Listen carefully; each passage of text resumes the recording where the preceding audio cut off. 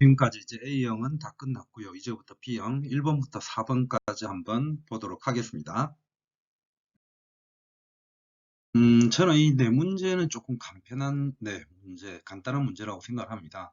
다만 이제 1번 문제에서 간단하면서도요, 생각보다 많은 분들이 이제 상품 작물 재배 이렇게 썼는데, 저는 개인적으로 조금 가능하지 않을까, 사실 그런 생각을 하고 있습니다. 이게 선생님들에게 시험을 본 선생님들에게 좀 희망 고문이 되지 않을까 우려는 하긴 하지만, 그래도 일단 가능성은 엿보면서 좀 상업적 농업이라고 하는 경영 형태를 답으로 제시를 합니다.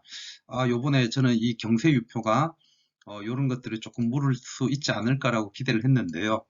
경세유표 자체를 묻질 않았고 정약용의 이 글에서 당시 농업의 경영 형태를 물어봤습니다. 그래서 일단 심부셈에 근거해서 상업적 농업 이걸 이제 정답으로 조금 제시를 해 보았고요. 그럼에도 불구하고 좀 전에 말씀드린 것처럼 상품 작물 재배도 하나의 농업 경영 형태로 볼 수 있다는 게 저희 좀 개인적인 생각입니다. 그래도 제가 늘 또 이것도 드리는 말씀이지만 자가채점할 때는 일단은 그거를 그어놓고 한번 기다리는 게 좋지 않겠나. 자, 그런 생각을 해보고요. 그 다음에 이제 박지원의 열화일기죠. 이 박지원의 열화일기 같은 경우에도 워낙에 유명한 사료이기 때문에 사실상 뭐 그렇게 틀릴 부분은 없습니다. 그죠? 그래서 일반적으로 이 사람은 중국에 가서 본 여러 가지 상황들을 보고 나서 그것에 대해서 우리나라에 도용할 수 있는 게 뭐가 있을까? 그래서 가만히 생각해 보건대 바로 운송 수단이 굉장히 경제를 발전시키더라. 이걸 보게 되죠. 그래서 일반적으로 우리가 책을 보게 되면은 그 운송 수단으로서 수레와 선박 이걸 네, 기억하고 있을 겁니다. 그래서 기억에 보면 어떻게 보면 이 수레와 선박이라는 게 충분히 다 들어갈 수 있지 않을까라는 생각이 드는데요. 안타깝게도 이거는 사료 기입형이기 때문에 일단은 답은 수레만 들어간다고 보아야 할 것 같습니다. 물론 수레와 선박을 다 썼다. 그거는 저는 상관없다는 게 제 생각입니다. 문제는 이제 선박만을 썼다는 것은 조금 이제 고민의 여지가 좀 있는 거고요. 그래서 현재로서는 워낙에 우리가 현재 나오고 있는 시험이라는 게 이렇게 기입형으로 나오고 있기 때문에요. 정확한 것만을 우선적으로 정답으로 봐두시는 게 좋겠죠. 자, 이렇게 1번 간단하게 한번 확인을 했고요. 자, 2번으로 한번 넘어가 보겠습니다. 자, 이제 중국사인데요. 이거는 뭐 결론적으로 선생님들 잘 알고 있는 것처럼 쿠품 중정제입니다. 그죠? 그러면 이제 우리가 보통 위진남북조 시대라고 얘기했을 때 위나라에서부터 시작했던 것이 쿠품 중정제인데 그걸 이제 한자 사료로 주었던 거죠. 그래도 뭐 이 정도 한자는 선생님들이 이제 충분히 판단을 해서 사실상은 무리 없이 다 접근을 했고 답을 어느 정도 쓸 수 있었을 텐데요. 문제는 이제 이 기억에 들어가는 용어 자체를 향품이나 관품이나 이제 이런 식으로 약간 뭐라고 할까요? 하여튼 맞는 말이지만 여기에 사료에 들어가 있는 단어가 아닌 걸 쓰신 분들이 조금씩 있다는 거죠. 그래서 이 원사료에는 구품이라고 들어가 있는데 그 부분이 조금 안타깝긴 하지만 역시 그거는 기다려 보아야 할 필요성이 있다는 생각입니다. 그러면 일반적으로 이 구품 중정제와 관련해서 가장 유명한 사료가 가사료죠. 그래서 간단하게 해석을 해본다면 지금 기억을 설치했다, 세웠다 이렇게 되는 거고요. 그래서 니은을 정했다 해석이 그렇게 되는 거죠. 그런데 그 고하가 뜻에 달려 있다 이렇게 해석이 될 건데요.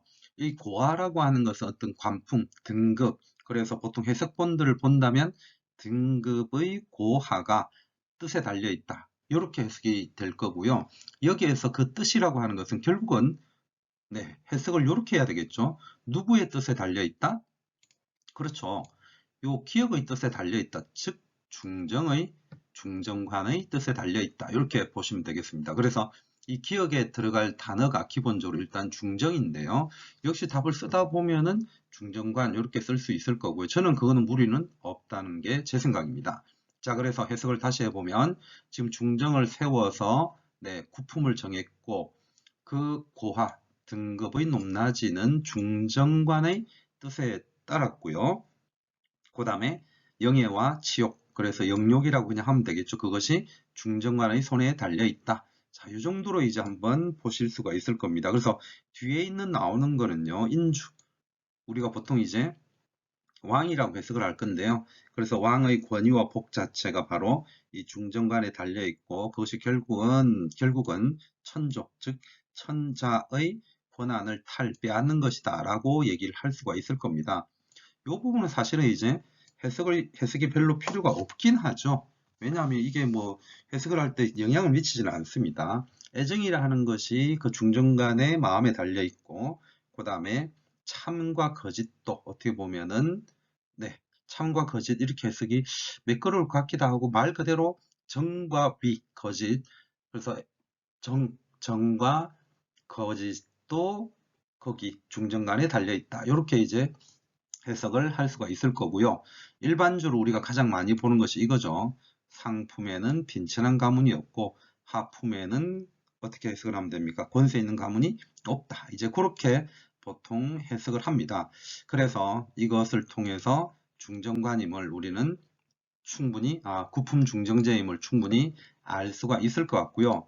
자, 그 다음 밑에 거는 어떤 의미가 되느냐 하면 항상으로 보통 해석을 할 수가 있겠는데요. 주에는 자, 느낌이 대중정이죠. 그래서 이제 대중정을 세웠다 이렇게 되는데, 요게 이제 사실 항상으로 삼았다 이렇게 해석을 해도 되지만, 요거는 이제 실제로 사람 이름입니다. 그래서 화항이라는 사람이 있는데 그 사람을 대중정으로 삼았다. 그래서 이게 우리가 알고 있는 중정관을 두고 그 위에 대중정을 삼으면서 더욱더 문제가 생기는 내용임을 알 수가 있습니다. 그래서 대략적으로 해석을 해보면 이 항이라는 사람을 대중정으로 삼았는데요. 그 사람이 삼았을 때 향인 여기에서 임양은 사람 이름으로 보는 게 일단은 흐름상 맞을 것 같고 경박하다는 거죠. 그리고 무행, 행동하지 않았다인데 향인 중에서 임양이라는 사람이 있었는데요. 경박하게 행동하지 않았다. 그럼에도 불구하고 항이 나오죠. 그 항이라는 사람이 축출했다. 이렇게 내용을 볼 수가 있겠습니다. 그만큼 중정관이 자기 마음대로 한다는 것을 보여주는 두 번째 사료라고 볼 수가 있을 거고요. 그 다음에 자, 다사료 같은 경우에는 이것도 이제 해석을 해보면 좀 재밌긴 합니다. 여기에서 이제 위시라고 나와 있고요. 그 다음에 이제 이었다라고 나와 있고, 우리가 국가 전복할 때 이 전복이죠. 그래서 국가가 전복되는 운, 그 다음에 일어났고요. 상난 이후에. 자, 이렇게 이제 해석이 볼 수가 있는데, 결국은 이 위시라고 하는 것은요, 그냥 뭐 그대로 해석을 해도 상관없겠지만, 제가 볼 때는 이거는 이런 식으로 서술을 하는 그게 있습니다. 예를 들어서 신라 같은 경우는 김씨 이렇게 표현한다는 거죠. 그래서 여기에서 위씨라고 표현하는 것은요, 결국은 위나라를 표현하는 하나의 방식입니다. 그래서 해석은 어떻게 하는 게 저는 좋다고 보느냐 하면, 위나라가 그 앞에 여러 우리 혼란을 겪지 않습니까? 그죠? 그래서 국가가 전복되는, 국가가 바뀌는 이렇게 해석을 하면 더 매끄럽겠죠. 국가가 바뀌는 운을 이어받아서 상과 난, 상난 뒤에 나라를 세웠다. 이렇게 이제 해석을 할 수가 있을 거고요. 그런데 뒤에 부분을 본다면 또 어떤 게 보이느냐 하면 많은 사람들이, 인사들이 유의 이렇게 흘러가서 흩어졌다. 뭐 이렇게 볼 수가 있겠죠. 그래서 생각해 보건대 곳이 없다. 무지인 거죠. 그래서 그들이 뭔가 한 곳에 탁 이렇게 있을 만한 그런 곳이 없다는 거죠. 그래서 나라를 통치하는 입장에서는 뛰어난 인재들을 이렇게 한 곳에 좀 묶어 두어야 되겠는데 그게 없어서 안타깝더라. 그래서 고로 립 세웠다. 니은을 이렇게 되겠죠. 그래서 이것도 흐름상으로서는 구품 중정제일 것이고, 결국은 니은이라고 하는 부분이 위에서부터 왔기 때문에 결국은 9등급 제도를 세웠다 라고 얘기를 할 수가 있겠죠. 그렇게 9등급 제도를 세워서 뭔가 일시적으로 뽑아서 그들을 등용하는 제도를 만들었다라고 해석을 해두면 되겠습니다. 그래서 이거는 구품 중정제 자체가 위나라에서부터 시작했음을 알려주는 사료라고 봐두시면 되겠죠. 일단 이런 뭐 한자 사료는 제가 또 이 정도만 사실은 해도 저는 상관없다는 생각인데요. 또 다음에 하나하나 한 글자씩 뜯어서 또 별도로 한번 해 보도록 하겠습니다. 그래서 기억 같은 경우에는 네, 중정이 들어가는 거고 니은에는 구품 이렇게 단어를 집어넣으면 되겠죠. 그래서 이제 구품 중정제가 된다라고 봐두시면 됩니다. 조금 한자 때문에 길어지긴 했지만 사실 모쌤들 문제 푸는 거는 아주 간단하게 풀었으리라고 봅니다. 자, 그러면 3번으로 넘어가겠습니다. 자, 3번은 이제 역사교육론인데요. 요거는 뭐 거의 이제 내가 알고 있는 역사교육론에 대한 지식을 그냥 활용하는 문제라고 보면 되기 때문에 굉장히 간단한 문제라고 봅니다. 게다가 요 디귿과 관련한 부분은 우리가 총괄이라고 하는 부분이죠. 그래서 총괄이기 때문에 실제로 기출에서 봤었던 부분이고 좀 수월하게 접근할 수 있지 않았느냐. 그래서 모든 시험이라는 게 그렇습니다. 그죠? 기출 자체가 굉장히 중요하다라고 보시면 되겠고, 그 다음에 연표, 2014년도인가 초창기 한번 나왔지만 100연표로, 가족연표로, 그죠? 또 충분히 나올 때가 되었고, 이 부분도 저하고 충분히 같이 했었던 그런 것이기 때문에 저는 좀 간단하게 생각을 합니다. 자, 그러면 이제 요것에 대해서 질문을 이렇게 한번 받고요. 자, 질문은 뭐 쌤들은 아시겠지만 이렇게 한번 받고 하나하나 잠깐씩 보시죠. 그러면 A 교사가 하는 얘기에서 기억을 놓고 본다면 네, 이야기식 수업입니다. 그죠? 그러면 이야기식 수업을 통해서 시간의 흐름에 따라서 이렇게 이제 표현을 하고 있는데 여기에서 니은의 유용성, 자, 기억에 대한 니은, 연표의 활용인데요.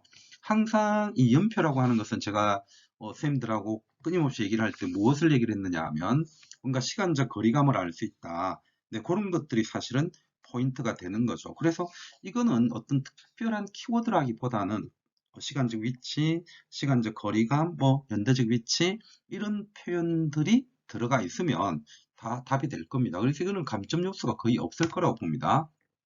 그래서 이거는 현재 책에 있는 문장을 거의 그대로 가지고 와봤는데요. 역사적 사건의 연대적 위치와 시간적 거리감을 파악할 수 있다. 이런 것으로 네, 니은에 대한 답을 한번 생각을 해볼 수가 있겠습니다. 자, 그러면 이제 니은에 대한 것을 이 정도로 하고요. 다음 문제에 대한 자료 한번 보겠습니다. 자, 그러면 이제 비교사는 무엇을 얘기를 하느냐 하면 국제보상운동, 정미의병 이런 것들을 고려를 했을 때 결국은 핵심적인 것은 국권 회복 운동이라는 개념을 형성. 자, 이렇게 얘기를 하고 있단 말이에요. 그럼 여러 가지 구체적인 사실들을 개념화시키는 과정인데 이렇게 개념화시키는 과정들을 설명이라는 방식으로 묻고 있고요. 따라서 우리는 이것을 보통 무엇이라고 표현을 하고 있습니까? 총괄이라고 표현을 하고 있죠. 저하고 이제 9월, 11월까지 문제풀이 할 때는 이 총괄도 조금은 상세히 봤었는데요. 그렇게까지 문제가 나왔다면 우리 쌤들에게 더욱더 유리했겠지만 어쨌든 얘는 이제 가장 간단하게 문제가 출제가 되었었고 그리고 예전에 출제된 것처럼 교육적 유용성, 즉 구체적인 것들을 끌어모아서 개념화시킨다는 것은 학생들이 구조화시킬 수 있다는 그런 큰 장점이 있죠. 그래서 질문에서 그런 설명 방식하고 유용성을 물었기 때문에 답은 총괄적 설명하고요. 그 다음에 핵심은 구조화, 요 키워드가 좀 들어가는 네, 서술을 해 주시면 될 겁니다. 그래서 저는 일단 여기에서는 이제 구조화라는 단어만 말씀드리고요. 선생님들 충분히 영어는 이해하셨을 거라고 봅니다. 그러면 네, 마지막 리얼과 관련한 부분을 한번 보죠. 자, 그러면 리얼은 학생 연표를 제작한다라고 했는데 단순하게 이제 연표 자체를 얘기하는 것이 아니라 이것을 가지고 학생들이 제작을 하는 거죠. 최근에 이제 학교 가서 수업하시는 쌤들이나 예전에 계신 쌤들도 지금 변화하고 있는 상황들을 보면 예전에 제가 했던 것처럼 거의 일방적으로 가르치는 수업. 그래서 어떻게 잘 전달을 할까? 아이들에게 내가 잘 전달해서 정말 이해가 쏙쏙 잘 되게 하는 그런 수업도 중요하지만 지금은 거의 학생들 자체가 정말 주도적으로 수업을 하는 형태로 많이 바뀌어 있습니다. 그래서 이 연표라고 하는 것도 내가 만들어서 이렇게 툭 던져주고 그걸 또 잘 설명해서 애들이 재밌게 하는 것도 하나의 방법이겠지만 이렇게 학생이 제작하는 방식으로 많이 가고 있다는 거죠. 그래서 여기에서는 무엇을 물었습니까? 학생들에게 연표를 제작하게 한 교육적 의도는 뭐냐?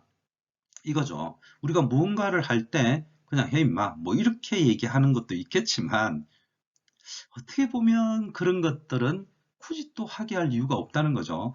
내가 왜 이것을 너희들한테 시키는지, 왜 여러분들이 이걸 해보는 게 중요한지 그런 것들을 실제로 설득력 있게 얘기를 해줘야 됩니다. 그래서 내가 설명하는 것보다 이제 이 정도 수업을 하고 나서 여러분들이 직접 해봄으로 해서 자, 연표에 집어넣을 사건들을 한번 골라보세요. 그러면 스스로가 어떻게 됩니까? 아, 나는 이 사건이 좀 중요한 것 같고 이거는 덜 중요한 것 같아. 스스로 끊임없이 생각하게 되죠. 그래서 일반적으로 역사적 지식만을 얻어가는 것이 아니라 그 행동 자체에서부터 우리가 생각지 못한 여러 가지 교육적 효과들이 있을 수가 있습니다.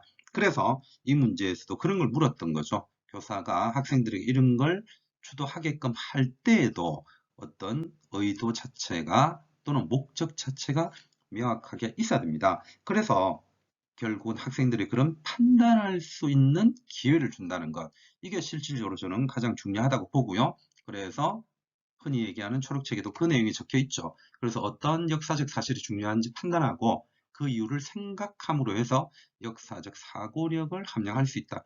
요거를 이제 일반적으로 서술을 해주면 좋겠습니다. 그 외에 이제 어떤 얘기가 있느냐 하면 연표를 제작하는 과정이 아까 시간적 흐름을 알 수 있고 시간적 위치를 알 수 있기 때문에 사건의 선후관계를 알 수 있죠. 그런 과정들을 겪고 나서 결국은 사건들 사이의 관련성을 역시 정리하거나 파악하는 데 도움을 줄 수도 있다는 것. 네, 그런 식으로 한번 봐두시면 되겠습니다. 자, 일단 역결혼 중에서는 그나마 조금 수월한 문제라고 보여지는데요. 이제 3번 이렇게 마무리를 하고 4번으로 한번 넘어가 보겠습니다. 자, 4번은 제가 이제 문항을 분류할 때 서양사라고 분류를 했지만 실제로는 이제 서양사하고 기타사가 결합된 형태죠. 물론 이제 우리가 또 잘 알고 있는 것처럼 세계사는 그죠? 어느 정도는 각자 분립된 상태에서 발전해 오다가 근대기 이후에는 진짜 이제 너나 할 것 없이 묶여버리죠. 그래서 우리는 이제 지구촌이라고 하는 시대에 살고 있다는 것도 세계사에서 굉장히 지금 중시하고 있습니다. 그래서 끊임없이 제가 이제 A형에서 어떤 문제에서 그런 얘기를 했는데요. 우리나라와 중국과 일본의 관계를 삼국의 관계가 반드시 들어가 있는 그런 문제를 내고 있고요. 그 다음에 이제 세계사에서도 이런 상호 관련성이 있는 문항을 좀 출제하는 경향이 있습니다. 그런 것들도 우리가 알아두시면 개인적으로 선생님들이 공부를 하실 때 굉장히 많이 도움이 되리라고 봅니다. 자, 일단 네, 문항에서는 전투, 그 다음 기억 양상의 변화, 이걸 물어봤는데요. 제가 이제 또 선생님들에게 들은 얘기는 이 기억 양상의 변화에 대해서 조금은 말들이 있다고 들었는데요.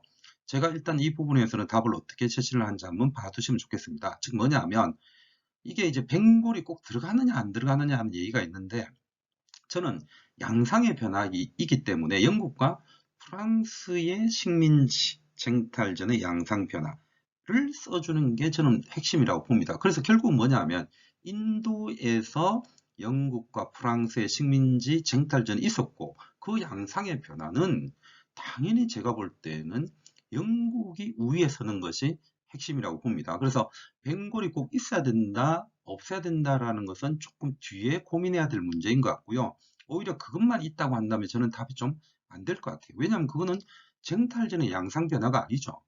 영국이 벵골의 독점권을 가졌다. 이게 쟁탈전의 양상 변화입니까?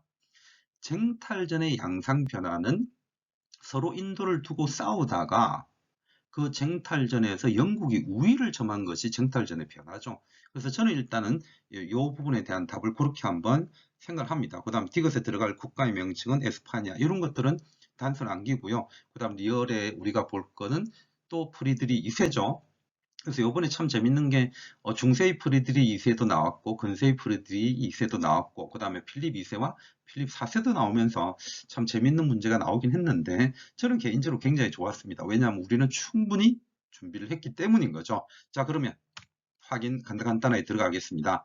자, 제가 자료를 띄우지 않고 지금 답부터 먼저 나오는 형태가 되어 버렸는데요. 자, 일단 이런 식으로 한번 보시죠. 그래서 기억의 양상 변화에서는 저는 좀 전에 얘기했던 것처럼 어떤 부분을 포인트로 보느냐 하면 인도에 대한 무역 독점권 확보, 요걸 포인트로 본다는 것.